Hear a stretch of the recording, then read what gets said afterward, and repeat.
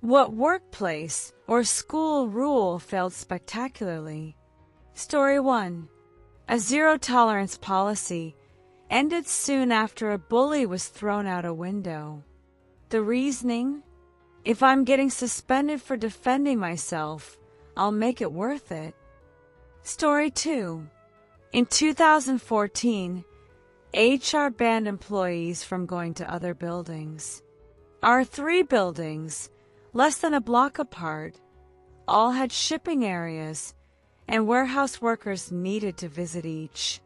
When I pointed out that we ship from all 3, they said, "Someone will handle it." The next day, a $500,000 shipment didn't go out. At the follow-up meeting, we explained we followed the rule to stay in one building.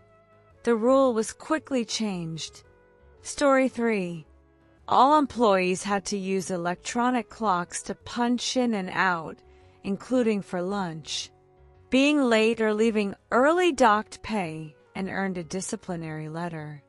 Some wanted to sabotage the clocks, but cooler heads prevailed. Everyone arrived early and stayed late to avoid trouble, creating undeniable proof of hours worked. The first month, the employer paid thousands in overtime. The clocks vanished 5 weeks later without notice. Story 4. Each shift had a quota, but even after meeting it, we had to work a full 8 hours. So, we'd blitz through the quota in 4 hours, take a 3-hour lunch or coffee break, then dawdle for the last hour. No rule stopped us from taking necessary breaks if we hit the quota. Now, we can stop once the quota's met. Story 5. At Starbucks, where I worked for over 5 years, our district manager introduced a "just say yes" policy, banning us from saying no to customers. It lasted 3 months. Untracked items and waste spiked over 300% because we had to fulfill requests the POS system couldn't handle. Nearby stores got complaints from customers demanding things against local food codes, saying we did it at our store. I knew it would fail and laughed as management fretted over the chaos. Story 6. During COVID, our boss mandated Zoom group calls for the whole team, even if the agenda was irrelevant to their roles, to build team unity. Productivity tanked, Google reviews turned negative, and staff stress skyrocketed. In one call, a coworker snapped, "I'd return this woman's voicemail, but I'm stuck on this Zoom." The policy quietly faded. Story 7. My high school's ground floor was a square with hallways all around. After a kid got knocked over, they enforced a one-way traffic system. It was so strict you couldn't turn back if you passed your classroom. You had to loop the entire floor. Everyone started arriving late to class, blaming the rule. The school was proud of it until the tardiness became undeniable. Story 8. I live closest to work, so I'm the first called if the building alarm goes off at night. We used to check cameras and tell the alarm company to skip police if it wasn't a break-in, often the cleaning crew botching the alarm. After a sister site ignored a real break-in, the facility's director mandated police response for every alarm, requiring me to go in, get police clearance, and reset it. A messy alarm upgrade caused multiple false alarms nightly for months. I'd file reports each time, begging to revert to the old system, but he refused, citing security risks. Then I took time off, ignoring calls, which went to the director. After 4 ignored nighttime calls in 5 days, they stopped arming the alarm during the upgrade. So much for no risks. Story 9. My school banned the color pink because some students wore it in October and they thought it was gang-related. It was for Breast Cancer Awareness Month. The rule backfired spectacularly. Story 10. My spouse's workplace added a rule to their email policy banning sending or receiving sexual content, with immediate account suspension and potential firing.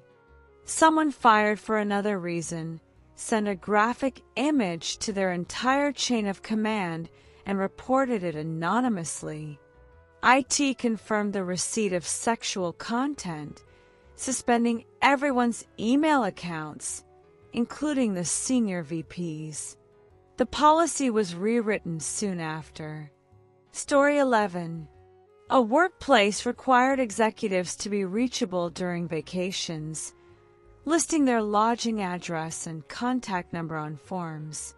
HR extended this to all staff, sparking chaos. Employees listed adult stores, sports fields, or medical clinics as their address. I gave the latitude and longitude of my camping spot and my radio's UHF frequency. The rule didn't last. Story 12. In 2001, at 13, my school banned cash for lunch drinks, requiring laminated paper vouchers. Bored, I scanned them, printed fakes on similar paper, laminated them poorly, and miscut them. They worked fine. I made 100, distributed them, and scaled up after making new friends. 3 weeks later, the school noticed, but half the vouchers sold were fake, mixed with real ones. They had to accept fakes temporarily, since they'd sold them. Drinks went back to cash only. Story 13. To streamline class transitions, my school designated specific staircases for going up or down. They overlooked that staircases were at opposite ends of long hallways, making it impossible to reach classes on time. Everyone gave up on punctuality, blaming the staircase rule. Story 14. A rule banned speaking foreign languages at work unless you were a certified translator. A fluent Spanish-speaking customer service worker could no longer use Spanish with regular clients who were confused and upset when he explained, in English, the new rule. They weren't happy. Story 15.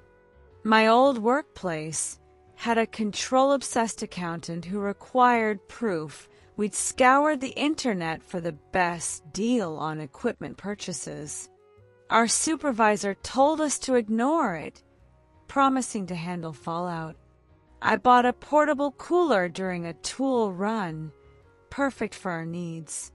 The accountant stormed in with an Amazon printout showing a cooler $2 cheaper.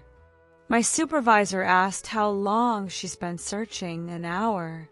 He pointed out I'm paid $17 per hour, and spending an hour to save $6 on 3 coolers was wasteful, especially since I grabbed it during a routine supply run. He then showed her a cheap vice grip she'd approved, broken, saying it was fine for home but not our workshop, which needed quality tools like our usual brand.